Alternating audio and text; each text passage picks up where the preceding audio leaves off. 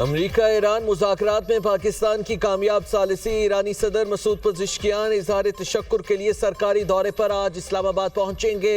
اعلیٰ سطح کا ایرانی وفد بھی ہمراہ ہوگا۔ ترجمان دفتر خارجہ کا کہنا ہے مسعود پزشکیان صدر مملکت اور وزیر اعظم سے ملاقاتیں کریں گے۔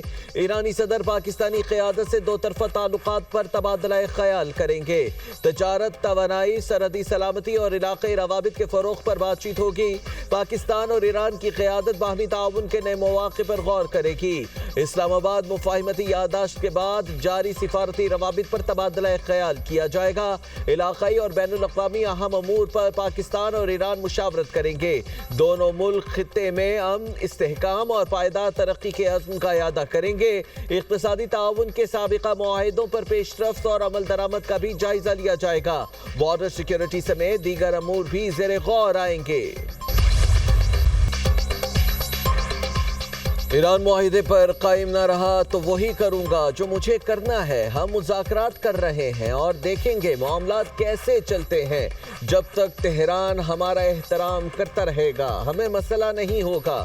امریکی صدر ڈونلڈ ٹرمپ کی میڈیا ٹاک، کہا آبنائے ہرمز مکمل طور پر کھلی ہے۔ آبی گزرگاہ کے معاملے پر اچھا کام کر رہے ہیں۔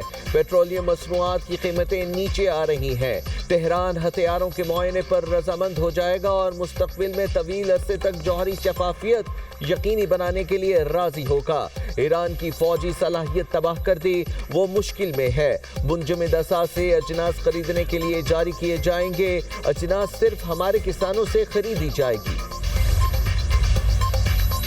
ایران یورینیم باہر بھیجنے کے بجائے افزودگی کی سطح کم کرے۔ نیوکلیئر فائل منجمد اثاثوں لبنان پر 3 ورکنگ گروپس کام کریں گے۔ نائب وزیر اعظم اسحاق ڈار کا عرب میڈیا کو انٹرویو، کہا آبنائے ہرمز سے جہاز 60 روز تک بغیر ٹیرف کے گزر سکتے ہیں۔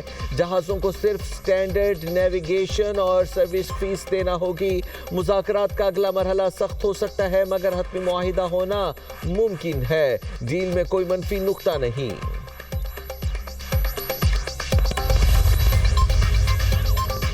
سوئٹزرلینڈ مذاکرات میں $12 ارب کے منجمد اثاثوں کے اجرا کے لیے دستخط کو حتمی شکل دے دی گئی۔ آبنائے ہرمز میں جہازوں کی آمد و رفت پر رابطے کا نظام قائم کرنے پر اتفاق کیا ہے۔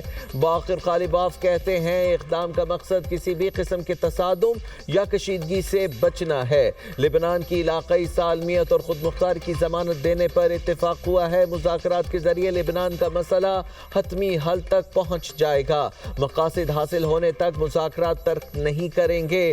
صرف فوجی کامیابی کافی نہیں، فوائد سفارتکاری کے بغیر مکمل طور پر حاصل نہیں کیے جا سکتے۔ آبنائے ہرمز پر مشاورت کے لیے ایرانی وفد کی عمان آمد۔ دونوں ممالک کے درمیان آبی گزرگاہ سے متعلق تعمیری مذاکرات، عمان اور ایران کا قانون کی پاسداری اور محفوظ بحری گزرگاہ پر اتفاق۔ ایران عالمی توانائی ایجنسی کے معائنہ کاروں کو ملک میں واپس بلانے پر رضامند۔ امریکی نائب صدر کا کہنا ہے ایران سے مذاکرات میں مثبت پیش رفت ہوئی۔ IAEA کے انسپیکٹرز ایران جائیں گے۔ وہ اس بات کی نگرانی کریں گے کہ ایران ابتدائی معاہدے پر عمل کر رہا ہے یا نہیں۔ انسپیکٹرز اس ہفتے ایران جا سکتے ہیں۔ تکنیکی ٹیمیں مختلف امور پر کام کر رہی ہیں۔ ان کے درمیان مذاکرات آئندہ دنوں میں بھی جاری رہیں گے۔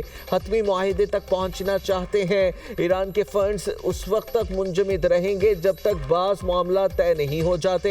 منجمد ایرانی اثاثے ریلیز ہوں تو ایران کو یقینی بنانا ہوگا کہ وہ عوام کی ترقی کے لیے استعمال ہو۔ رقم دہشت گردوں کی مالی معاونت پر خرچ نہ کی جائے۔ آبنائے ہرمز کھلی ہے۔ ایران کے ساتھ مذاکرات میں معاملات آگے بڑھانے پر اتفاق ہوا۔ لبنان کے سیکیورٹی زون میں اسرائیلی فوج کی موجودگی کے سوال پر امریکی نائب صدر کا کہنا تھا کہ ہم اسرائیل کے دفاع کا حق تسلیم کرتے ہیں، یہ بھی چاہتے ہیں کہ لبنان کی خود مختاری کا تحفظ ہو۔ پاکستان کی ثالثی کی کوششوں کے ثمرات۔ امریکہ نے ایران کا بڑا مطالبہ تسلیم کر دیا۔ 60 دن تک تیل عالمی مارکیٹ میں فروخت کرنے کی اجازت مل گئی۔ امریکی محکمہ خزانہ نے ایرانی تیل کی فروخت کے لیے عارضی جنرل لائسنس جاری کر دیا۔ ایران کو 21 اگست تک خام تیل، پیٹروکیمیکل مصنوعات کی پیداوار، ترسیل اور فروخت کی اجازت۔ ایرانی تیل شمالی کوریا، کیوبا اور یوکرین کو نہیں بیچا جا سکے گا۔